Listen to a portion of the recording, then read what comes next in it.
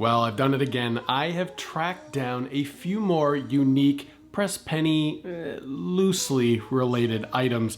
This time I found these back over at Etsy, the online marketplace, and a few items caught my eye. So I immediately placed an order and they just arrived. So let's take a closer look at what I picked up.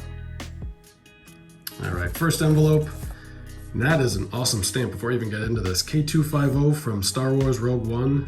That is really cool. I'm gonna have to figure out how to get that off the envelope. I'm not a big stamp collector, but that is definitely one I've got to save. You can see this item came from the Etsy shop called Core Memory Creations. I will leave all the links and descriptions down below.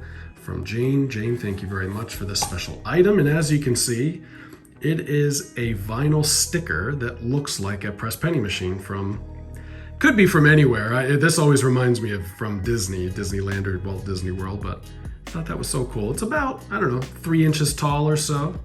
But I'll give some additional detail shots so you can get a little closer to it.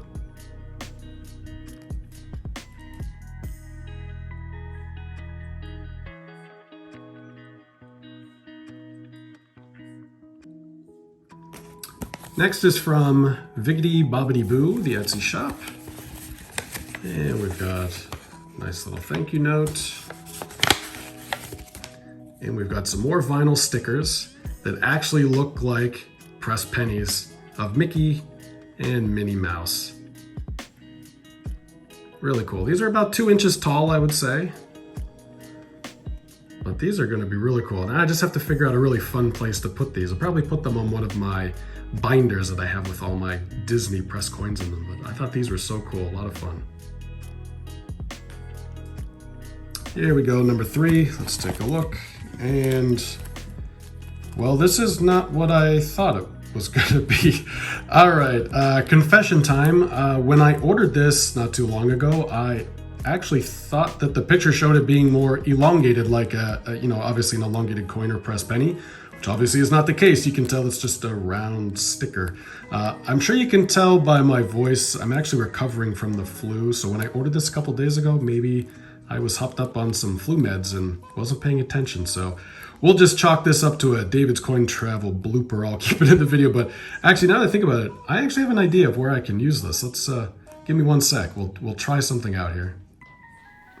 So I went over this booklet before. This is what I've been using to store my 50th medallion collection from Walt Disney World, and I think that this is gonna fit perfectly right on the front. So I'm gonna work on that, and stay tuned. I've actually got a lot of comments recently asking for not just info about this book, but some other ideas on how to store the collectible medallions. I have done videos in the past showing how I store and organize my elongated coin collection, but obviously the medallions are a little bit larger in size and a little more difficult to figure out how to take care of. So stay tuned for an upcoming video. Plenty of requests for that, so I am working on it, and I'll be able to post that as soon as I've got all the details for you. I want to give you plenty of ideas, and I've had a lot of pictures sent to me from fellow collectors of even some of their more creative ideas of how they're displaying their coins, so stay tuned for that.